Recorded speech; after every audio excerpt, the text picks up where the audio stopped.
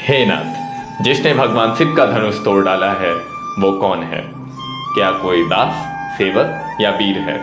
किस शक्ति के बल पर उसने ऐसा किया? सेवक तो वही है जो सेवक का काम करे।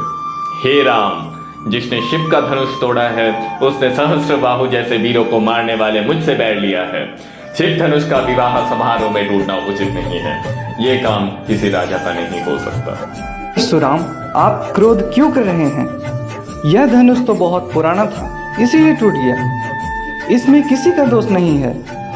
अगर आपके हृदय में इस धनुष के लिए इतनी मोहभावना है तो आप इसका एक और धनुष बना लीजिए, या फिर अपने गुरु विश्वामित्र से कहिए कि वे इस पर विचार करें, क्योंकि इस टूटे धनुष का शोक करना उचित नहीं है। हे नृप बालक, तुम अपनी वाणी को संभालो। ये धनुष कोई साधारण धनुष नहीं था। ये तो त्रिपुरासुर का संहार करने वाले भगवान शिव का धनुष था। इस धनुष के बल से ही पूरे संसार को जीता जा सकता है। आप व्यर्थ ही गर्व कर रहे हैं। यह धनुष तो पुराना था, इसीलिए टूट गया। इसमें मेरे भाई का कोई दोष नहीं है। हे परशुराम, आप क्रोध ना करें और सत्य को स्वीकारें। हम आपके ब्राह्मणत्व का आदर करते हैं, इसीलिए संयम व्रत रहे हैं। देव, ये सब धनुष का ही कार्य है। मेरे नेत्रों ने केवल देखा तो धनुष अपने आप टूट गया।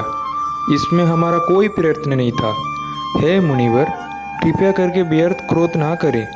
आप तो महाज्ञानी और तपस्वी हैं, फिर क्यों ऐसा असंतोष दिखा रहे हैं?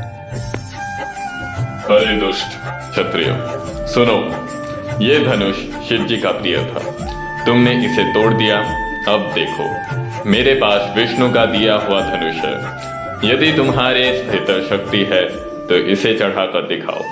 यदि ऐसा ना कर पाए तो जान लो, ये परशुराम अभी भी संसार के क्षत्रियों का संहार करने में समर्थ है। हे मुनिवर, आप महान हैं, परंतु व्यर्थ ही क्रोध कर रहे हैं।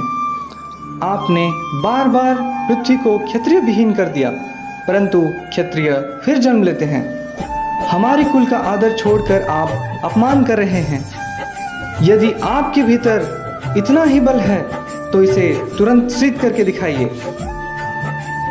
हे परशुराम, मेरे भाई ने जो कुछ कहा वो हंसी मजाक में कहा। आप क्रोध ना करें।